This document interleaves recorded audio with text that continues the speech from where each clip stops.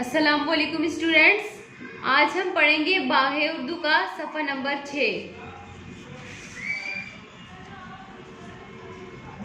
ये हुर्फ टे है। टे के ऊपर छोटी तोएं, टे की आवाज़ ट है।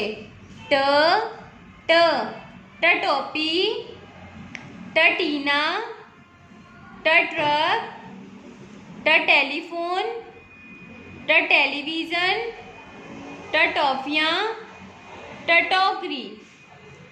हमने हुर्फ पढ़ लिए हैं और आज हम टे की कहानी भी पढ़ते हैं। टीना के अब्बू बाज़ार से सब बहन भाइयों के लिए बहुत सारी चीज़ें लेकर आए। इन्होंने टीना के एक भाई को टोपी और दूसरे भाई को ट्रक दिया और खुद टेलीफोन पर किसी से बात करने लगे।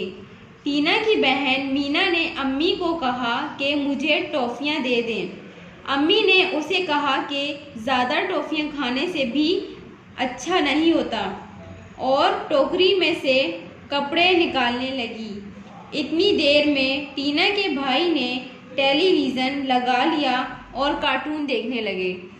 तो हमने आज टे की कहानी में ये सारे वर्ड्स पढ़ लिए हैं: टोपी, टीना, ट्रक, टेलीफोन, टेलीविज़न, टॉफ़ियाँ, टोकरी।